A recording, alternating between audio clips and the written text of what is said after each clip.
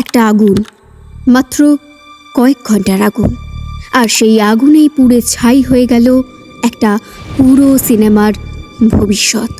নায়ক নায়িকা ছিলেন, শুটিং হয়েছিল, গান রেকর্ড হয়েছিল, পোস্টার ছাপা হয়েছিল, সব কিছু প্রস্তুত ছিল। কিন্তু মুক্তির আগেই এমন এক দুর্ঘটনা ঘটল যা বদলে দিল ছবিটির ভাগ্য।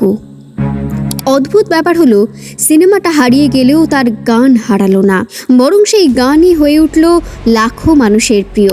আজকের গল্প সেই সিনেমার, যার রিল পুড়ে গিয়েছিল আগুনে, কিন্তু যার সুর আজও বেঁচে আছে মানুষের হৃদয়ে। জানি তামান্না। বলিউডের ইতিহাসে অনেক সিনেমা ফ্লপ হয়েছে, অনেক সিনেমা মুক্তির পর হারিয়ে গেছে, কিন্তু জানি তামান্নার গল্পটা আলাদা।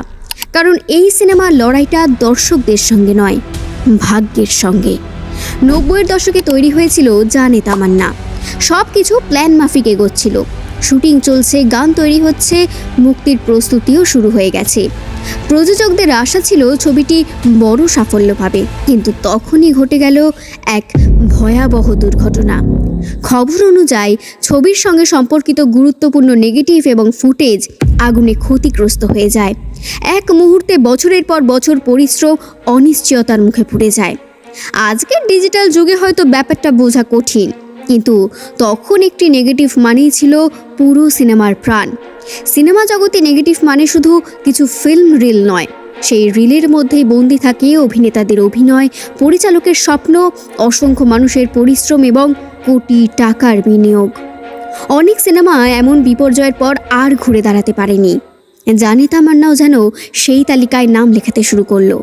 ছবিটির মুক্তি পিছোতে লাগলো, একবার নয়, বারবার। তখন বিনোদনের জগৎ আজকের মতো ছিল না। ইউটিউব ছিল না, ওটিটি ছিল না, সোশ্যাল মিডিয়াও ছিল না। নতুন সিনেমার খবর ছড়াতো পোস্টার, পত্রিকা আর অডিও ক্যাসেটের মাধ্যমে। তাই সিনেমাটি মুক্তির অনিশ্চয়তায় ডুবে গেলেও সেই সময় বাজারে আসে জানি তামান্না গানের অ্যালবাম। আর তারপর যা ঘটল তা কেউ কল্পনা করেনি।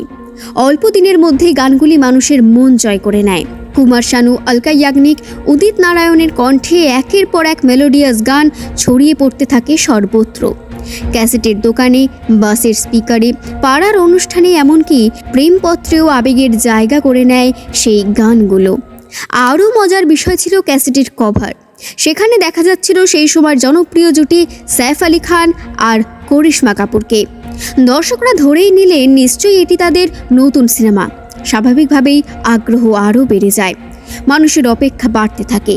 মাস কেটে গেল, দিন কেটে গেল, বছর কেটে গেল, কিন্তু সিনেমার দেখা নেই। ধীরে ধীরে গুঞ্জন শুরু হলো। কেউ বলল ছবির শুটিং আটকে গেছে, কেউ বলল অর্থনৈতিক সমস্যার মুখে পড়েছে, আবার কেউ বলল ছবিটি আর মুক্তি পাবে না। কিন্তু আশ্চর্যের বিষয় হলো, যত সময় পার হচ্ছিল ছবির গানগুলোর জনপ্রিয়তা যেন ততই বাড়ছিল। এ যেন এক অদ্ভুত ঘটনা। সাধারণত সিনেমা হিট হলে তারপর তার গান জনপ্রিয় হয়, কিন্তু এখানে গানগুলোই নিজের পরিচয় নিজেই তৈরি করে ফেলেছিল, সিনেমাকে ছাড়াই। আজ এত বছর পরেও জানি তামান্নার নাম উচ্চারণ করলে 90-এর দশকের অনেক মানুষের মনেই ভেসে ওঠে কিছু পুরনো সুর, কিছু অসমাপ্ত অপেক্ষা আর এক টুকরো রহস্য। আজও জানি তামান্নার নাম উঠলেই মানুষ একবার অন্তত প্রশ্ন করে, কি এমন হয়েছিল যে একটি সুপারহিট অ্যালবামের সিনেমা বছরের পর বছর দর্শকের চোখের আড়ালেই রয়ে গেল? আর সেই প্রশ্নের উত্তর খুঁজতেই জানি তামান্না আজও বলিউডের সবচেয়ে রহস্যময় অধ্যায়গুলির একটি।